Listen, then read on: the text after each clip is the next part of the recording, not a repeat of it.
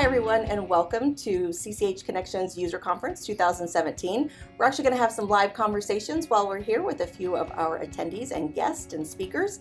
And so I'm very excited today to introduce a couple of ladies who I love hanging out with. We always have a good time. And so we've got Ginny Fedrich. She's with HBLA CPAs. And then we also have Jody Padar with New Vision CPAs. And so welcome, ladies. Thank you for being here. Thank you. And we're going to spend a little time today talking about the role of the firm administrator in an accounting firm. So this is a role that I think has really changed and morphed over the years from maybe what it once was. So we were joking a little bit about it's kind of a jack of all trades, right? So you're doing everything from a variety of roles of client service, maybe marketing, human resource, project management, chief bottle washer. I'm not sure if I'm forgetting anything. But how does technology really help you balance all of those responsibilities in your firm, Jody? So first I want to just clarify just a little bit about the firm administrator role, because it definitely fluctuates depending on the structure of the firm and those types of things. So it could be anywhere from, we like to call them practice managers these days, but anywhere could fluctuate from a firm administrator role or label, shall we say, to COO. So there's, a lot of different structure in that. So I just kind of wanted to frame that up just a little bit. But in my role, I'm in a smaller firm, in a 30-person firm, and yes, I do everything from, the front door to the back door. Chief cook and bottle washer. Yes. I think that's what we refer to. Yeah, and technology plays a huge role in my role and be able to accomplish everything that I need to do, because it provides more seamless integration with things. I don't really have to be so hands-on with a lot of things. Technology allows me to be in touch with my employees, on a regular basis and that thing. We are in the cloud and we can work anytime, anywhere. So that's very helpful. So I have several employees that work different hours and stuff so that we can provide a flexible work-life balance and that type of thing. So with that in mind, the remote work life lets me integrate with them anytime, anywhere. So technology is huge in allowing us to run our firm efficiently and not all have to be at the same place at the same time. And Jody, I know that goes right into kind of your wheelhouse, and obviously a part of your firm as well was that flexibility of kind of that work-life balance. Can you talk a little bit about how technology enables that in your firm as well? Yeah, so what's interesting to me is I think your role as that firm administrator, or whatever they call it today, right, is like the one that's actually probably changed the most, because, that role, it used to be the person who received the documents, copied them, stapled them, whatever, and organized and make sure everything got filed on time and all of that stuff. And now they're really digital managers, because they're managing all the information through the office. And I think it's the hardest role in the firm, actually. I think that a lot of times the firm administrators don't get credit for all the stuff they do, because they are the first person who touches a client when they walk in the door, and the last person to touch the client as the deliverable goes out. And so I think actually that role has evolved the most. In our firm, we're small, so we're 5 people, but that role is it's ever changing, ever moving, always evolving. And so I think it's actually a cool role in the firm. So as you look at kind of the services that your firm offers, well, before I ask that, let me back up a step. So if there's somebody who's coming in and they're a newer employee and they're just starting out on kind of their path within a firm, how do they position themselves to be in kind of one of those roles within the firm that is really what the skill set is of the firm administrator today? Like, what are some of the things that you did throughout your career that have positioned you to be where you are now? So interesting. In my role, I grew up in my firm, basically. And so I've been there for a long period of time, and just really growing up in the firm and finding out, kind of where all the cobwebs are and understanding all that, but really making myself assertive, caring so much about the progress of the firm, and getting myself out there and attending things like the CCH user conference and being involved with CPA, FMA, and providing a network of people around me so that I can bring back to the firm those innovative ideas so that the firm can strive in technology and in education and so on and so forth. So I just kind of really grew up in my role in the firm, but I think the biggest advice I think I would give somebody in the role that I play, and they're coming new into that role or that kind of thing, is to build yourself a network and to make sure that you understand what's going on outside of your firm so you can bring those inside your firm. Excellent advice. And so, Jody, I'm sure that plays a role into kind of when you guys have new people that come on board at your firm as well. How do they really position themselves to make themselves those invaluable team members, right? Right. Well, I mean, I think it's all about learning. It's constant learning. It's constant change, and it's evolving all the time. And not even just leaving to go to conferences, but staying engaged in social media and learning from online communities as well as to what people are doing and how things are changing, because it's all about change and how we adapt to the change that's going to make us relevant into the future. Excellent. Did you have any follow-ups to that? No, I completely agree with Jody in regards to keeping yourself relevant. That is one of the hardest things for CPAs to do. CPAs don't like change, and so Jody and I talked about that a little bit before sitting here, is that, just change is difficult, and to be relevant today, you have to keep up, so that's, Absolutely. So it's funny, I often joke with my team that nobody likes change except a wet baby, right? But it's actually very important. And so you can take that and use that with your team. Sometimes it goes over really well. Yeah. So nobody likes change except a wet baby, but everyone's always happier after it happens. So both cases, with babies and with firms. So once it's all said and done. So, so how do you differentiate what your firm has to offer from services that are available at other firms? And how does technology kind of help with that impact as well? Well, we were one of the firms that were very on the cutting edge of going to the cloud. So we're a little bit different than Jody is. Jody's more on the cloud in a sense of software as a service, CCH access, and those types of things. She uses connectivity a lot, and I shouldn't talk for her. But in my role, or in my firm, we use a hosted environment. And so it's a little bit different. We're still on-premise software, and because they don't like change, so then you have to figure out, okay, if they're not really wanting to change that feeling of having on-premise software, how do we get them relevant and into the cloud and those types of things? We adopted the cloud almost about 11 years ago, so that's pretty early adopter in that sense, and that's been very significant in our firm to get us to use technology correctly and to be relevant within the and provide all of our clients and our employees and even future employees a place where we are technologically advanced. Well, and having that in a hosted environment also probably frees up some of the IT kind of support stuff that you were having to do. In a 30-person firm, there's typically not a dedicated IT person, right? So that probably helps with some peace of mind there as well. Yes. So we do not have an IT person in our office since we're completely fully hosted in the cloud. So that's, frees up a resource, like you said. I am the hub for things that go on with IT, but it's more managing, about what's going on, but not truly hands-on with technical things. Excellent. Yeah. And so you may have some things kind of to add to that too, of trying to get as much of that kind of, in smaller firms especially, I think, where there's not a dedicated IT person, like having those ways to kind of not have that be a daily headache. Well, I think too, when you think about the firm administrator role in a smaller firm, it might be an accountant who's taking on that role as well. So what tools can you give that person so that they're not spending all of this time doing administrative work, because they have the ability to outsource that piece that they don't need to be hands-on with. I think it's interesting because in our firm administrator, she's part-time partner, part-time firm administrator, part-time accountant, right? So she's that person with all those hats, and how can we utilize technology to enable her to do all those jobs and to do them well? And I think that's what people don't understand is when you use technology to that level, all of a sudden you have opportunities to do more stuff, and you can just be more efficient because the technology is doing a lot of the work that used to be done by hand.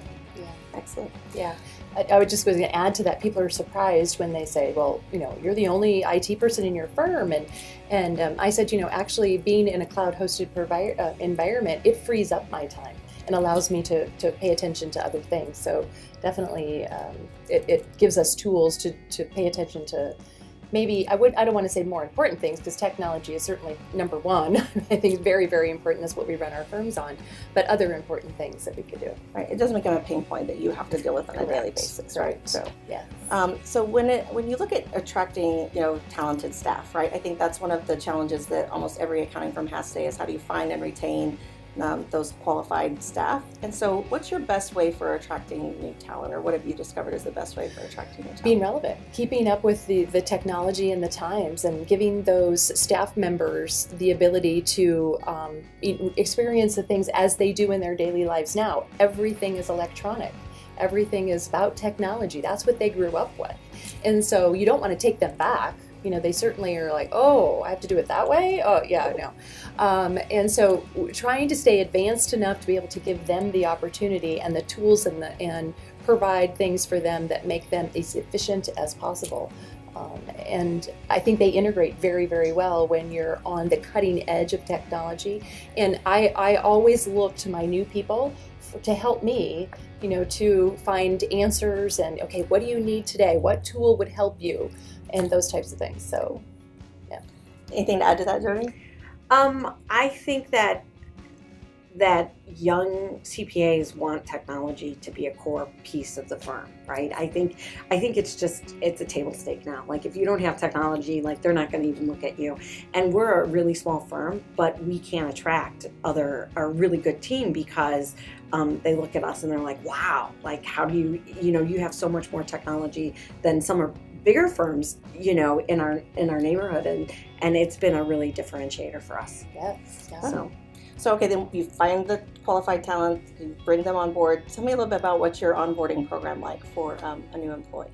Well, what's great, our onboarding program is in the cloud. So what's really nice is I do have to make sure that we are talking to them and integrating with them, and they feel cared for and those types of things. But also on the other side, we can sit them at a desk and they can do all their onboarding paperwork at their desk. They're no longer filling out long forms and doing those types of things, and it takes that burden away.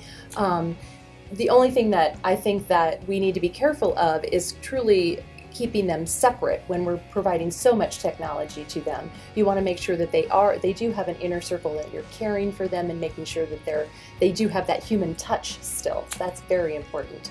But our onboarding makes sure that they are integrated completely with all the technology in our firm, and also with each of the champions in our firm that know the technology well, in our audit department, our tax department, in the administration side, and everything. And it just makes that seamless integration to get them to know, okay, I go to that person if I have a question on what I need to do, and things like that. So that way they don't come to you for all 24 questions that is a day. correct. That's why we have champions, so they can, delegation is terrific. That's good. What about you, Jody? What are you guys doing for So we're in a 100% cloud firm. So for us, it's even, I think, sometimes easier because it's really a matter of creating some logins, right? Have laptop, here's some logins, and we're ready to go, right? Mm-hmm. So it just works, right? And then because we are small, we spend a lot of time just working with our team members one-on-one, just because, like I said, we are small. It's not like we have these big departments. There's 4 or 5 of us depending on the season. Right. So what are some fun things? So I think one of the things that there's been, this interesting conversation around, like, firm culture, and what are fun things that you do kind of in your firm, whether it's tax season, busy season, or just any time of the year. Are there any things at your firm that kind of stand out as things that people are like, that's a really cool thing that you guys do? Oh my goodness, we have so many fun things that go on, and it's one of my roles is to try to be creative and thinking, okay, what can we do new and different now, and those types of things. So really getting the firm out and about, and not doing all the fun things inside the office. Yes, during tax season it's difficult to get out of the office, but we definitely try to get out of the office. So we've done anywhere from bowling tournaments to the escape rooms to that's how you find out how people are under pressure, right? Yeah, in the dark. My team said they weren't going to do the escape room with us because they were afraid fun. We wouldn't get out. Jody won't let us escape. Yeah, no, they were like, yeah, we're not going to be able to handle that one. I love it. But yes, a lot of fun things like that. And it is truly about the bond between the people that you work with, making them feel cared for, providing a fun place to work. I mean, taxes can be dull, and so we want to give them, excitement and that variety and making work a fun place to come to. Good. What about you? So I know you're not doing escape rooms, but what are you doing for fun? Well, I mean, we do like our regular meals and things out, but what's kind of fun now is we have a Amazon Echo or an Alexa in their office. So she's become kind of a focal point, and we just trick her all day long, and we play with her all day long. We get her to, to sing songs, but aside from that, it's like, how can we stump her? So that's kind of become a little Stump office Alexa. thing. Yeah, how do you stump Alexa? So, and the reason we're doing it, and it's funny, it's because we're playing with I think the AI in the office, because we are tech driven, and I want our team getting used to having voice commands in the office, and then how is that going to evolve to software as it evolves with us? Yeah. So I have a dual purpose in there, but we like to have fun with her. Yeah. So I was going to say, at home and work, we have a Google Home, and I always start the day when the kids are eating breakfast at the little bar area, and ask, okay, Google, tell us a joke, right? So there's always a joke of the day, and I don't have to think of it, which is even better. So usually they're pretty good too. So she doesn't tell dirty jokes though. We try. Just gonna let you know that's off limits. That's good. Family rated. That's Exactly, awesome. it's rated PG. So tell me a little bit about the professional development programs that you offer and encourage your staff to pursue. Well, I think it's very important that in a firm our size that we pay attention to the path to partner or leadership. And I encourage those people, managers and such, who are on the path to partner to make sure they take leadership courses. And we do highly recommend that so they understand how to take care of their people. When you take care of your people, then it takes care of the numbers. And so you don't have to think backwards about taking care of the numbers, because that's not going to take care of the people. But so education is huge. We do a lot of education on the staff level, and what's so nice about education now is you don't always have to send them away. You can do, the technology is so great now. We have, the webinars and anytime, anywhere education, which has been fabulous. Good. So you've been utilizing some of the Wolters Score absolutely. training development Yes. programs, Yes. right, for your staff. Mm-hmm. And then, so again, for you, is there certain things that you guys do around professional development? We're just always learning. So, and I think there's a lot more learning that happens that's beyond CPE. So I'm all about learning that's not necessarily CPE driven. So if there's anything, a class they want to take, something they want to learn, I'm open to it. It's just, let's do it, and we'll figure it out. Because I think too many times people are so focused on the CPE hours that they don't even realize that maybe something outside of the accounting profession can actually help their team evolve more. And so a lot of times we're looking outside the profession to find educational programs that we feel are relevant to the work we do every day. Absolutely. Mm-hmm.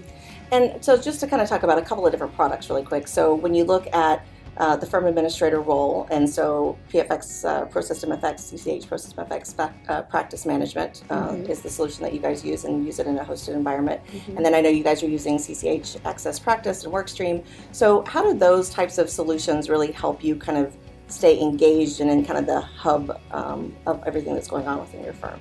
Well, I think that practice management provides us, dashboards for our partners and things that they can, have hands-on right there, not always having to run to the firm administrator's office and say, can you run me this report, and those types of things. They have a dashboard where they have the ability to be hands-on, and that's very, very helpful. So now I'm more guiding than I am providing, if that makes sense. So again, frees up my time, allows me to, pay attention to other things as well. And also other products like Workflow, for example, then I don't, have to now run around the office and find files and do all those types of things. Workflow really helps us keep things in order and know where things are at all times, and that's very beneficial. Standardization, streamlining is huge. Excellent. Jody, what about you? So my favorite thing is CCH Workstream, just because I can watch where returns are at any given time, right? So it's about where things are in the office and are they moving through, right? So as long as they're moving, I'm happy, and I can watch those tax return quarters, because we have a few of those in our office. Right, I did call that wrong. I said Workflow instead of Workstream. Yeah, so yes, yeah. Fine. Excellent. So how do you boost employee engagement and satisfaction? I think that's the other thing, like when we look at our, employee kind of talent pool and all of that, so boosting that engagement and satisfaction, and then so how do you do it, and then why is that important in your firm? Do you want to take that one first, or? So, we are a small firm, so what's pretty cool is that if an employee has a suggestion, there's really not all these levels of decisions that have to be made, right? We have the ability to say yes or no pretty quickly, or yes or no, or no, not now, maybe later, right? So I think that boosts engagement. And I think that can be done at a bigger firm too. It just is done within a group, right? As opposed to, going all the way up to the top. Your group is going to have that ability. But I think it's cultural, and I think your culture has to be open to it. So it's not just, let everyone make decisions, but we have these decisions that are always being made. And so our team members know that it's okay to ask. And so how do you build that culture? And I think you just have to keep working at it, right? There's no perfect solution. And, you have to just keep those lines of communication open. Yeah. Excellent. To kind of build on what she said, we kind of have the same concept in a bigger firm, but like you did say, you hit the nail on the head, we do it in groups. And so if we have a problem within maybe like the audit department, and then we have that group of audit department people, okay, how can we do this better? What went wrong in this engagement, and how can we do it better? What tools can we bring to the table? And once they come up with some recommendations, then that moves up the chain and that type of thing. But keeping them engaged and letting them feel listened to, they need to know that they're being listened to. And we try to implement something from each one of those groups every year to make sure that they feel like they're part of the strategic plan and what is helping the firm advance. Excellent. So to wrap up today, because I know that you are teaching some sessions and you have other things to do besides just hang out and talk with me all day. But to close up today, what is your favorite thing about coming to CCH Connections User Conference?